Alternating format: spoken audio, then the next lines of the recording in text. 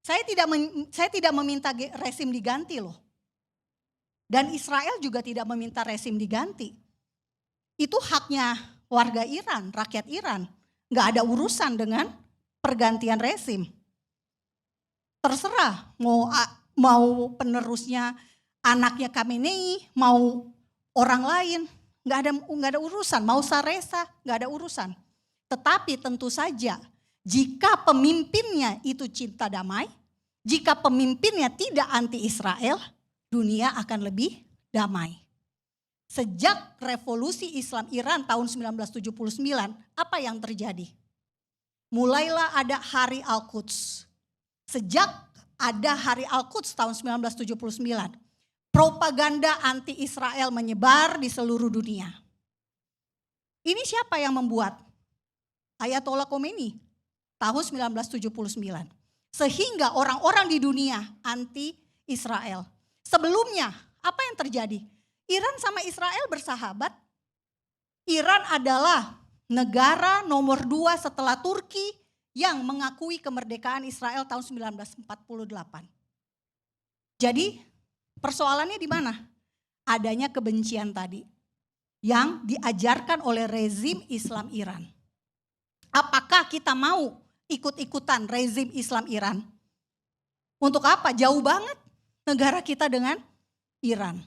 Dan kita harusnya yang mendamaikan Israel dengan Iran itu bukan Amerika, harusnya kita dong. Negara muslim terbesar di dunia, berpenduduk muslim terbesar.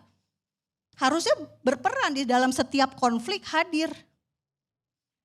Dan satu terakhir, gencatan senjata.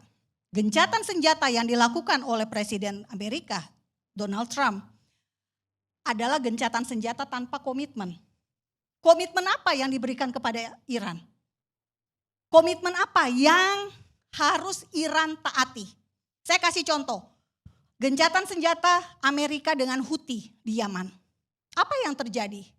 Houthi berjanji tidak akan menembaki kapal-kapal Amerika yang lewat di dekat di Laut Merah. Sekarang komitmennya Iran apa? Apakah akan berhenti menyerang Israel? Apakah akan berhenti mendanai proksi-proksinya yang ada di sekitar Israel? Hamas di Gaza, Hezbollah di Lebanon, Houthi di Yaman, milisi-milisi Syiah di Irak dan Suriah.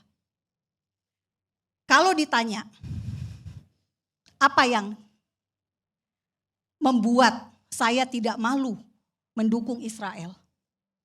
Karena justru menurut saya saat ini Israel adalah negara yang bisa menunjukkan bahwa ia menjadi sebuah negara yang betul-betul ingin berdamai dengan tetangga-tetangganya, negara-negara Arab yang ada di sekitarnya, 22 negara Arab. Dan Israel justru menghancurkan nuklir Iran dengan yang bisa, atau saya katakan begini, nuklir Iran ini bisa turut melenyapkan negara-negara Arab sekitar Israel jika ditembakkan ke Israel. Jadi sekarang ini semoga Iran tidak lagi ingin memperkaya nuklir untuk menjadi senjata. Agar Timur Tengah betul-betul tampil beda. Menjadi Timur Tengah yang lebih damai dan fokusnya ke kesejahteraan. Dan Iran juga harus bisa mengubah diri. Mau tetap rezim Iran silakan. Ideologinya aja yang diganti. Jangan lagi anti Israel. Hari ini atau kemarin ketika gencatan senjata dinyatakan, apa yang terjadi? Di pusat kota Teheran, di Palestine Square, mereka berkumpul meneriakan, matilah Israel, matilah Amerika. Apa gunanya Pak Karni gencatan senjata? Kalau masih ada narasi-narasi death to Amerika, matilah Amerika, matilah Israel. Jadi ini saja yang ingin saya sampaikan. Israel mau berdamai dengan semua bangsa.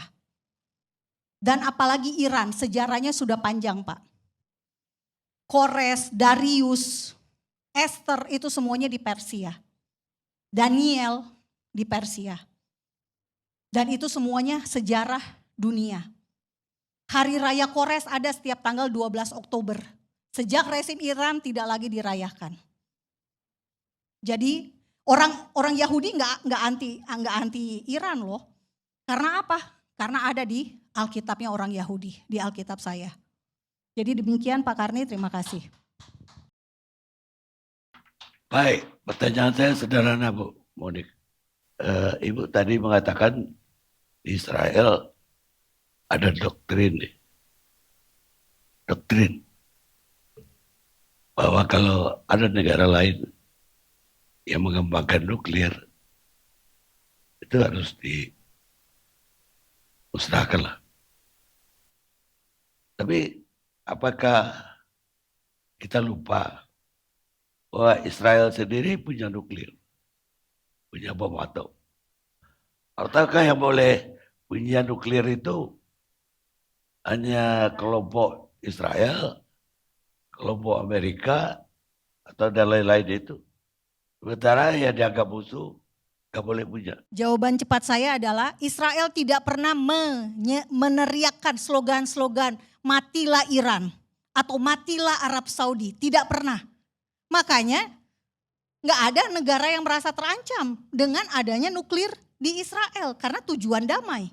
Sementara Iran niat untuk memperkaya nuklir untuk memusnahkan Israel. Jargon from the river to the sea. Dari sungai Yordan sampai ke laut Mediterania. Itu ada bangsa Israel di tengah-tengah situ. Dan ini mau dilenyapkan. Bagaimana cara melenyapkan? Paling mudah tentu dengan satu bom nuklir. Kita ingat Hiroshima, kita ingat Nagasaki. Lenyapkan kotanya. Israel ini kecil Pak. 22.000 kilometer persegi. Makanya Israel punya doktrin Begin itu untuk mencegah terjadi pemusnahan massal seperti masa Nazi. 6 juta orang Yahudi tewas. Jadi bukan karena Israel ingin jumawa. Kalau mau ngomongin jumlah nuklir, Pakistan juga punya, India juga punya Pak. Nah ini berantem juga nih berdua. Israel enggak menyerang siapapun dengan kepemilikan atau pengetahuan nuklirnya. Karena itu saya tambahkan Israel dalam operasi Am-Kelavi atau Singa Bangkit ini, Israel menyasar yang namanya ahli nuklir Iran. Ada 15 orang ahli nuklir Iran yang disasar oleh agen intelijen Mossad. Jadi enggak sembarangan orang, tapi hanya ahli nuklir. Kalau sekarang mau dibilang Israel harus menghentikan program nuklir damainya, bisa saja Badan Energi Atom Internasional boleh menginspeksi. Sehingga Badan Energi Atom nanti punya laporan seperti yang dilakukan oleh terhadap Iran. Demikian.